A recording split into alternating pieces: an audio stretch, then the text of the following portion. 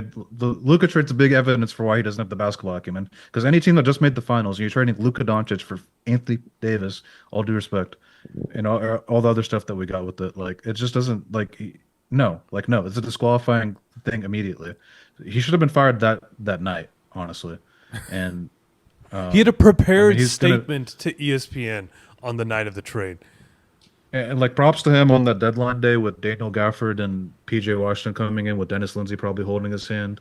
But I mean, they also gave up a pretty price for those guys too. Like we're not going to have these draft picks coming up, and I know we don't. I mean, I didn't care about the picks when we had Luca. I care a little bit more now because like we have an older team now. Yeah, And well, he should we have need cared some about the assets. picks. If he saw Luca as tradable, he should have cared about the picks. This is my point. Like, this is Yeah. not he lucked into No, everything obviously, this fucking roster has right now.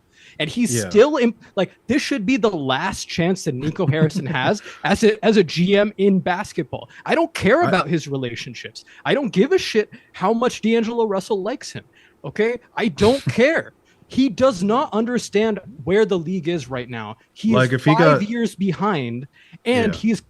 he's shown complete incompetence. Like, for Dumont to have gone out and said the whole Shaq thing, and then to now like shy away from the media, but not make the boss decision of, hey, I have to hire somebody new because this guy has proven he cannot be the herald of the future.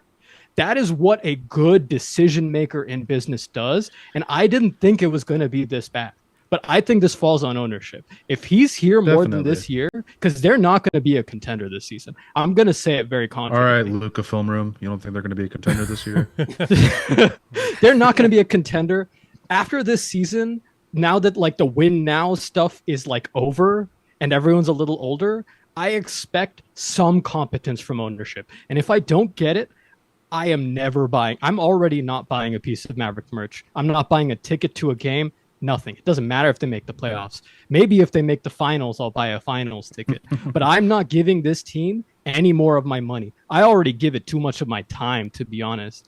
And the fact that you still have this guy as GM and you're parading out the now minority owner who has no decision-making power while you're not saying anything, I get it. Leon Rose, James Dolan, don't talk. But I would rather somebody be like Matt Ishbia and their team fail to meet expectations, but me being able to hear what you actually think matters a lot, especially when the future is uncertain. I agree. And as Mavericks fans, we're used to that. Like, at the end of the day, this is new territory for us in that regard, too. Ownership not talking, management not talking, like, that is a very new concept for the Mavericks. And like you said, Rowan, at this particular time in this franchise, there needs to be a voice of reason. There needs to be some guidance. And yes, I appreciate Mark Cuban trying, but it falls flat when you know that he has no power left in this organization. And you're really going to entrust Cooper Flagg, an 18-year-old kid. He's a kid with the job of being the public-facing figure of this franchise, to talk to the media, to talk to fans, to help them through this. No, I wouldn't want Cooper Flagg to be that guy. There needs to be a voice of reason, and there just is not one right now. And I think that's what is the most annoying about Dumont and Nico. I could stomach this if things were working fine, but they're not right now.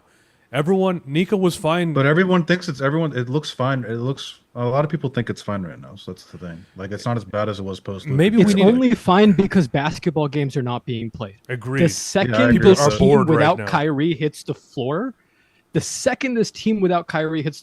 people are going to act like they had the same criticisms as us all off season. They're going to act like this was obvious. Okay? That's not just me saying this. This happens goddamn every year.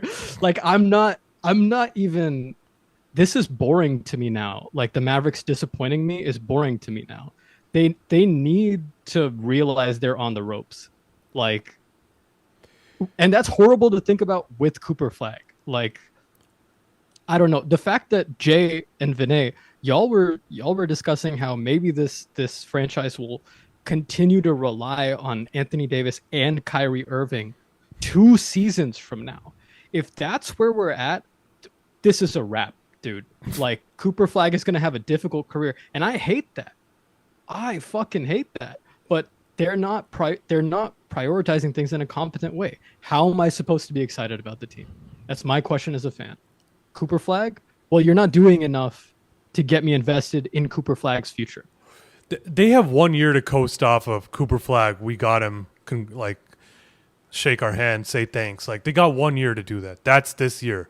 After that, the expectations are going to sit in, and it's going to become painfully obvious, if it isn't to the 15-year-olds on Twitter, that this leadership team is not up to that challenge. It's not up to that moment. They are not the right people to lead us into the Cooper Flagg era. And so, look, if they want to take their victory lap this year, go ahead and fucking do it. But it's going to be painfully clear going into the 26-27 season that they're not the ones that are going to lead us out of this.